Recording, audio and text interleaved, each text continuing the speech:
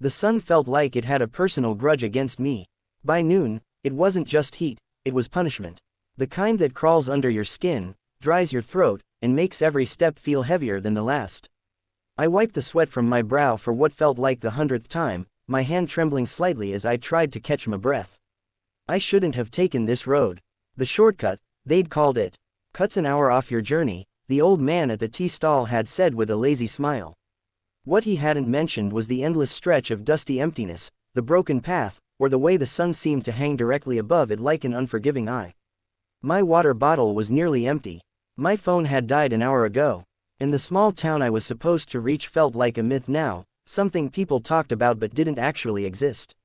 I stopped walking, not because I wanted to, but because my legs refused to take another step. I bent forward, hands on my knees, breathing hard. My shirt clung to my back, soaked.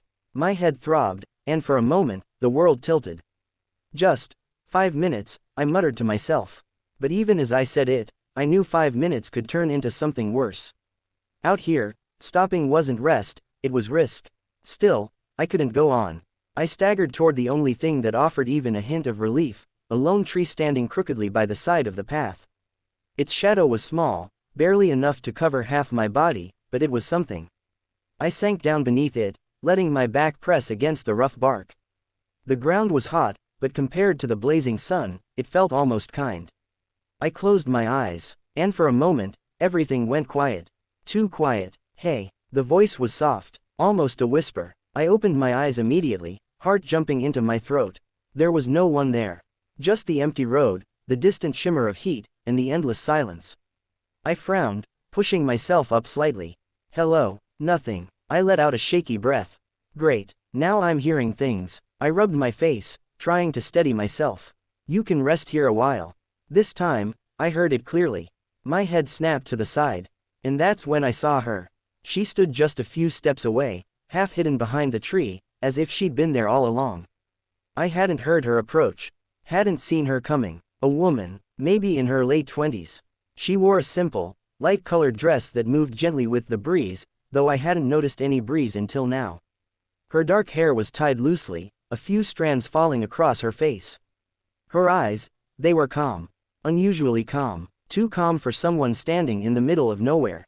I stared at her, my mind struggling to catch up. Where did you? I began, then stopped. I didn't see you. She smiled faintly, stepping closer into the shade. That's all right, she said softly. You look exhausted. I let out a small, awkward laugh. That obvious, huh? She nodded. You've been walking a long time. Something about the way she said it made me pause. How do you know that? She tilted her head slightly, as if the answer was obvious. People who come this way are usually trying to get somewhere quickly. Yeah, I said, glancing down the road. Bad idea, apparently. Not always. There was a quiet confidence in her voice. Not dismissive. Just certain. I studied her more closely. She didn't look like someone who belonged out here. No bag, no water, no sign of where she'd come from or where she was going.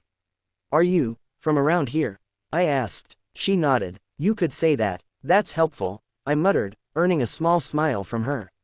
For a moment, neither of us spoke. The silence wasn't uncomfortable, but it wasn't entirely normal either. Then she gestured toward the ground beside me. Sit, she said. You need to rest. I am resting, I replied weakly. Not like this. Before I could ask what she meant, she moved a little further into the shade, and something strange happened. The air felt cooler, not just slightly, but noticeably. Like stepping into a room with a fan after being outside all day. I blinked, confused. Had it just been my imagination? Come on, she said gently. I hesitated. Every instinct told me something about this situation was off. A stranger appearing out of nowhere. The sudden change in temperature. The way she spoke, calm and certain, as if she knew more than she should. But then my body reminded me of its limits. I was exhausted, dehydrated, possibly on the verge of collapsing. And right now, she was offering relief. I shifted closer. The moment I moved fully into the space beside her, the coolness deepened. I let out a long breath I didn't realize I'd been holding. Okay, that's weird, I admitted. She didn't seem surprised. It helps, she said simply.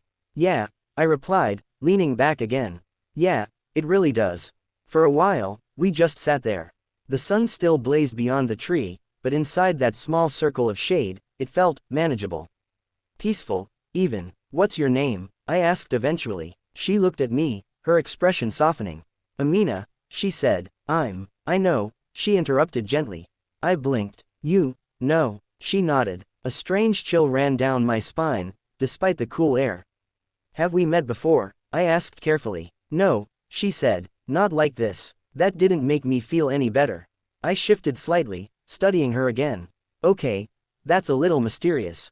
She smiled faintly. You'll understand. When? Soon. I let out a breath, half amused, half unsettled. You're not going to explain any of this, are you? Would you believe me if I did? I opened my mouth to answer, then closed it. Probably not, I admitted. Exactly. We fell into silence again.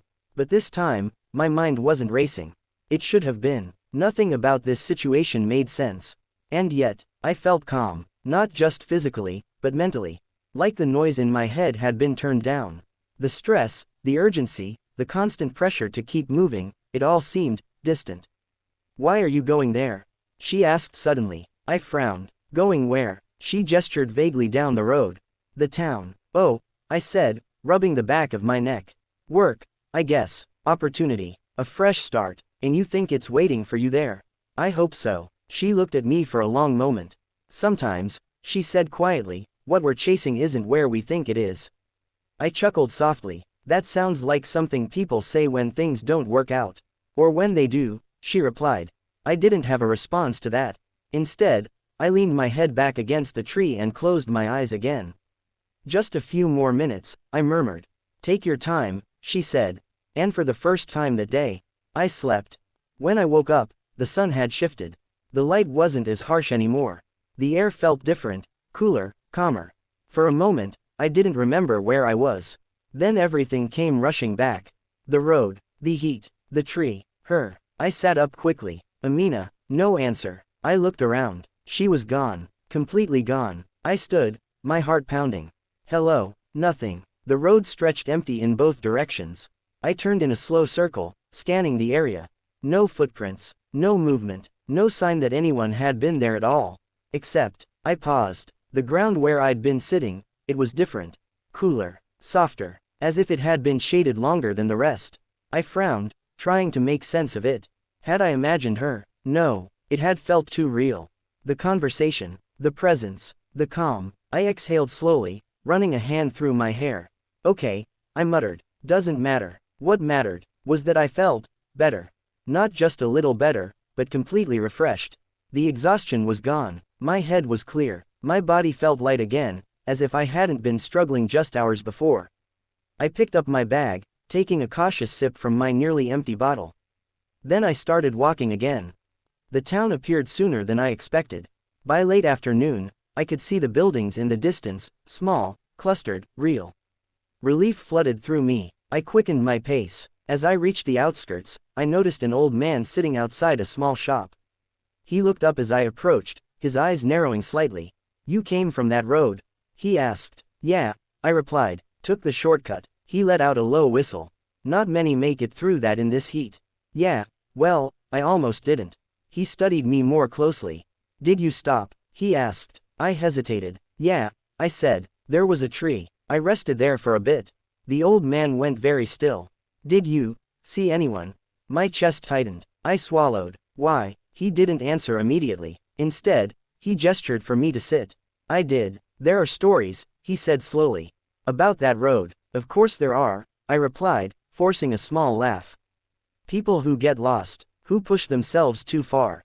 He looked at me carefully. Some say, they're helped. A chill ran through me. Helped, he nodded. By a woman. My grip tightened on my bottle. What kind of woman? I asked quietly. Kind, he said, calm. Appears when you need her most. My heart pounded. Amina, I whispered. The old man's eyes widened slightly. You saw her. It wasn't a question. I leaned back slowly, my mind racing. Who is she? I asked. He shook his head. No one knows for sure. Some say she used to travel that road herself. Long ago. He paused. They say she didn't make it. The words hit me like a wave. And now? I asked. He looked out toward the road. Now, he said softly, she makes sure others do. That night, As I lay in a small room in the town, I couldn't sleep. My mind replayed every moment. Her voice, her calm presence, the way the air had changed. You can rest here a while. I sat up, staring out the window at the dark horizon. Part of me wanted to dismiss it all, to call it dehydration, hallucination, stress.